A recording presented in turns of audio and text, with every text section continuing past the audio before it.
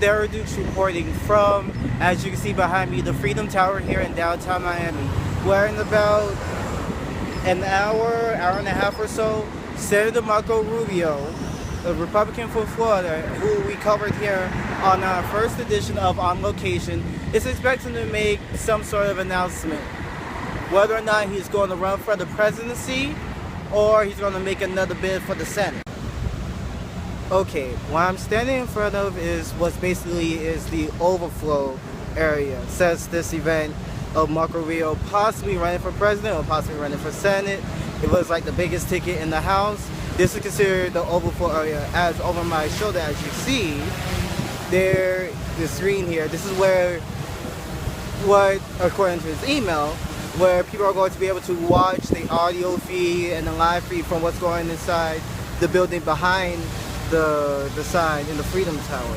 And again, since it was a hot commodity ticket, and of course everybody wasn't admitted in, this is the place where, unfortunately, people like me who got denied into the Freedom Tower by both being in there as a spectator and the member of the press, this is where I have to watch Rubio's announcement whether or not he's going to run for the race for 270, which will be the third Republican to do it, the third behind Ted Cruz and Rand Paul, or he's going to try to run for Senate again.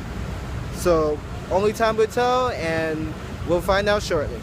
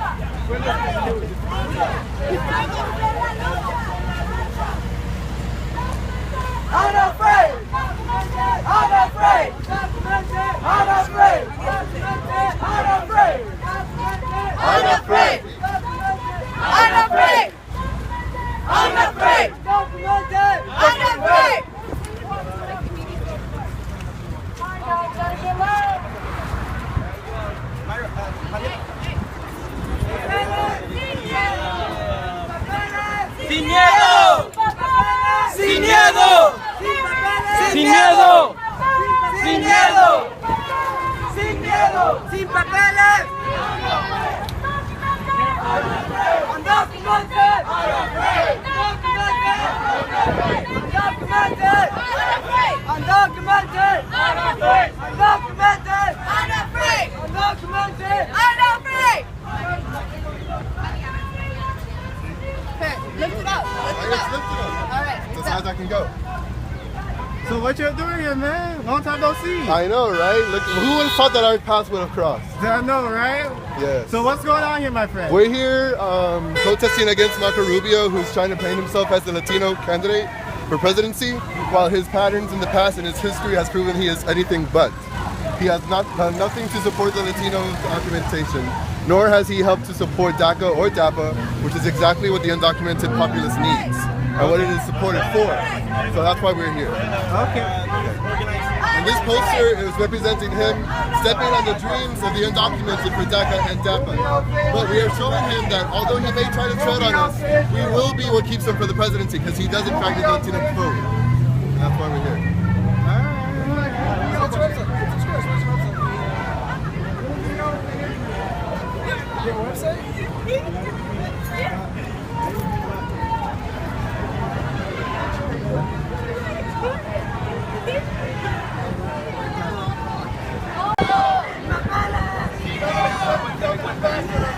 Okay, so what's happening right now? We have some anti-Rubio supporters basically here on the streets of Biscayne Boulevard.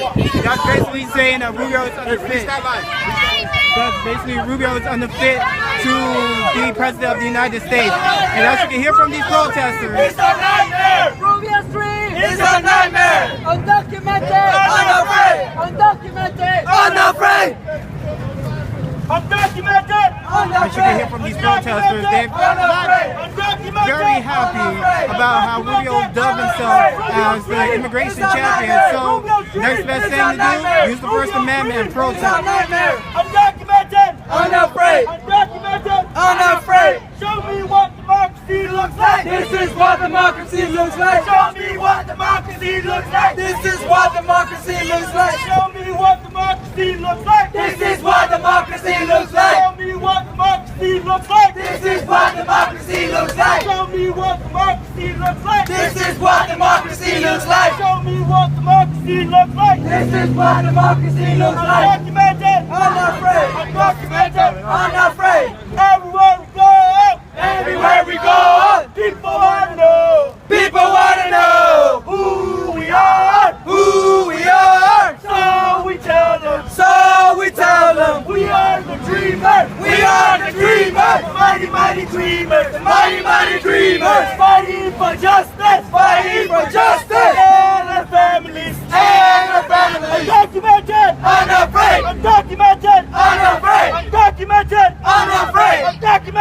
unafraid. What brings you out here today?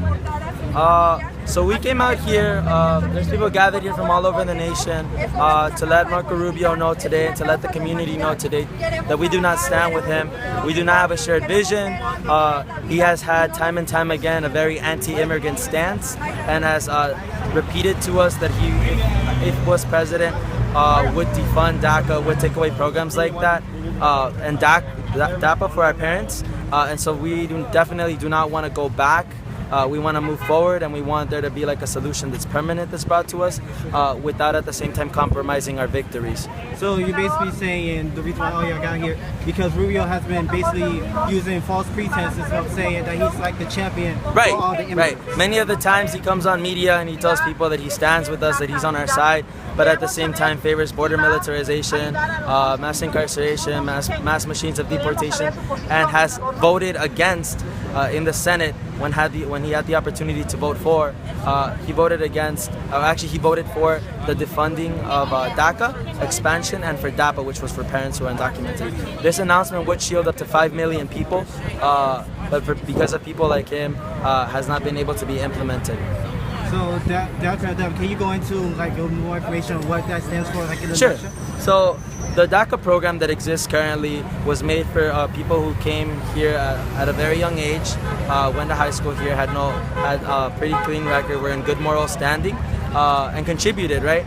So they would be given an opportunity to work, given a work permit, and being able to drive, so we can identify them as drivers, and be able to engage in the workforce of Florida and to build the economy that Florida really needs for it to be built.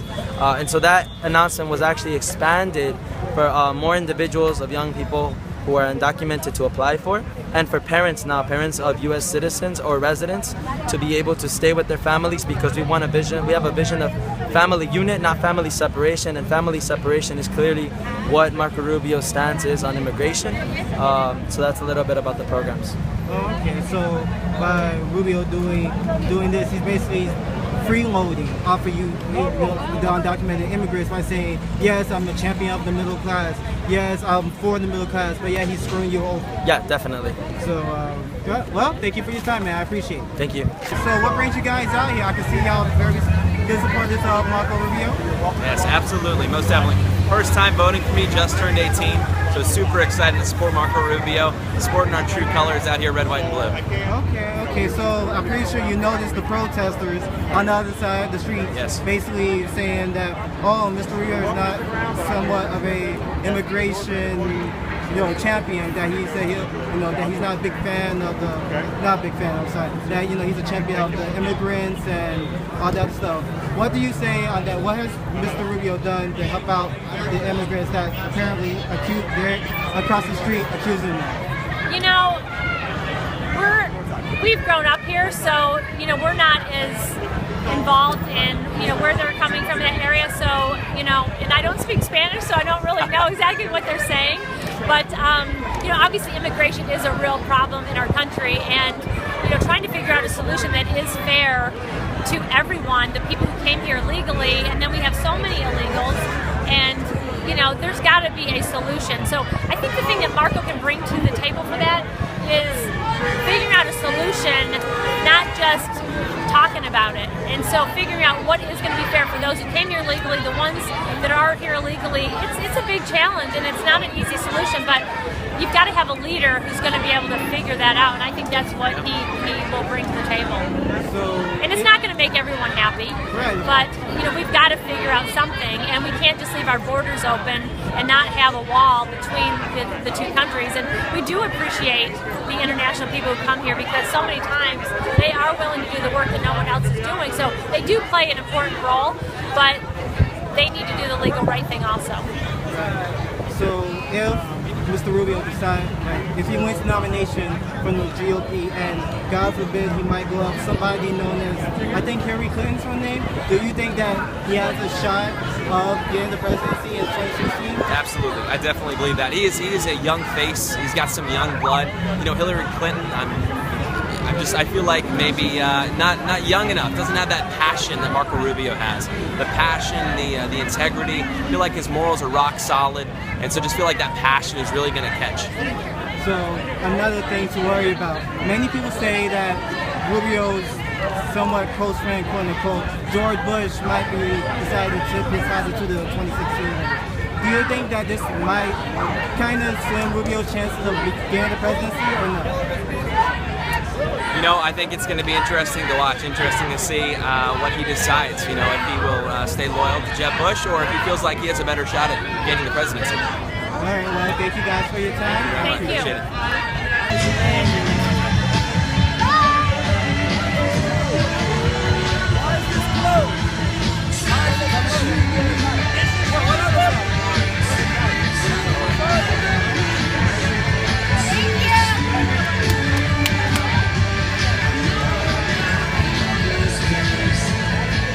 Okay, so just to get an idea of what just happened, the protesters that was just here, the Dreamers, who they say that Marco Rubio has not basically been freeloading off of them with regards to immigration and stuff, police just literally escorted them out of the overflow area.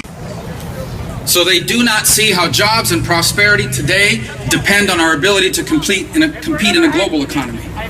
And so our leaders put us at a disadvantage by taxing and borrowing and regulating like it was 1999.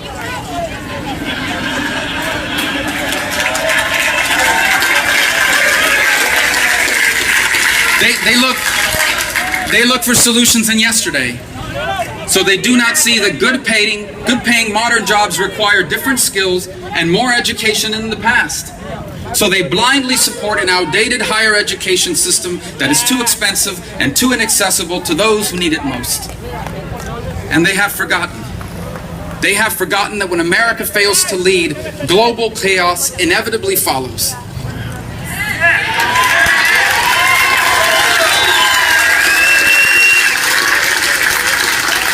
And so they appease our enemies, they betray our allies, and they weaken our military. Now look, at the turn of the 19th century, a generation of Americans harnessed the power of the industrial age, and they transformed this country into the leading economy in the world. And the 20th century became the American century. Well, now the time has come for our generation to lead the way towards a new American century.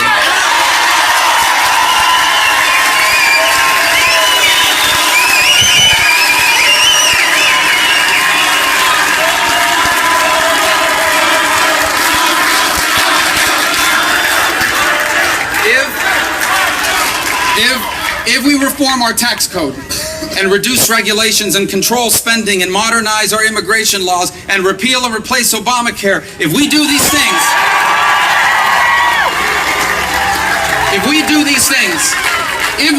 things, the American people will create millions of better paying modern jobs. If we create a 21st century system of higher education that provides working Americans the chance to acquire the skills they need, that no longer graduates students with mountains of debt and degrees that do not lead to jobs, and that graduates more students from high school ready to work, then our people will be prepared to seize their opportunities in this new economy.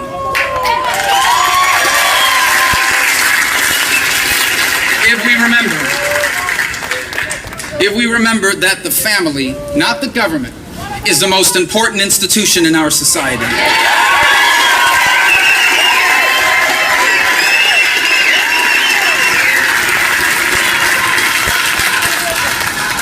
If we remember that all human life deserves protection of our laws.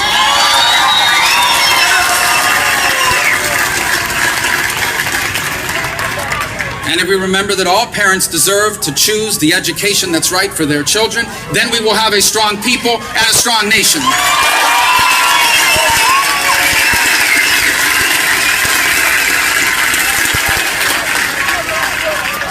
And if America once again accepts the mantle of global leadership. By abandoning this administration's dangerous concessions to Iran and its hostility to Israel.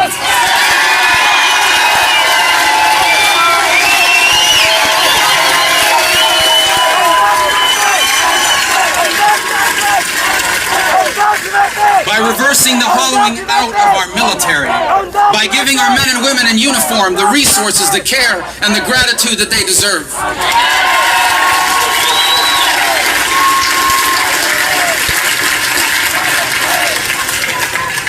By no longer being passive in the face of Chinese and Russian aggression. And by ending the near total disregard for the erosion of democracy and human rights around the world, especially Cuba, Venezuela, and Nicaragua.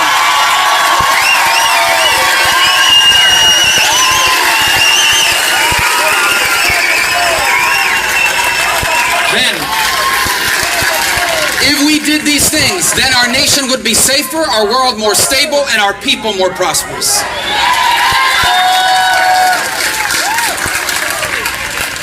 These are the things that we must do. But this election is not just about what laws we're going to pass. This election is a generational choice about what kind of country we will be. Now, just yesterday, a leader from yesterday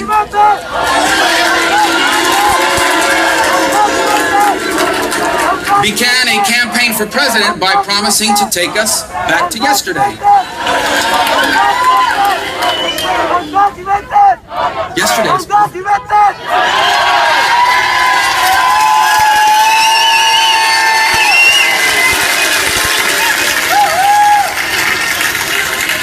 And we're never going back. You see, we Americans are proud of our history, but our country has always been about the future. And before us now is the opportunity to author the greatest chapter yet in the amazing story of America. But we can't do that by going back to the leaders and ideas of the past. We must change the decisions we are making by changing the people who are making them.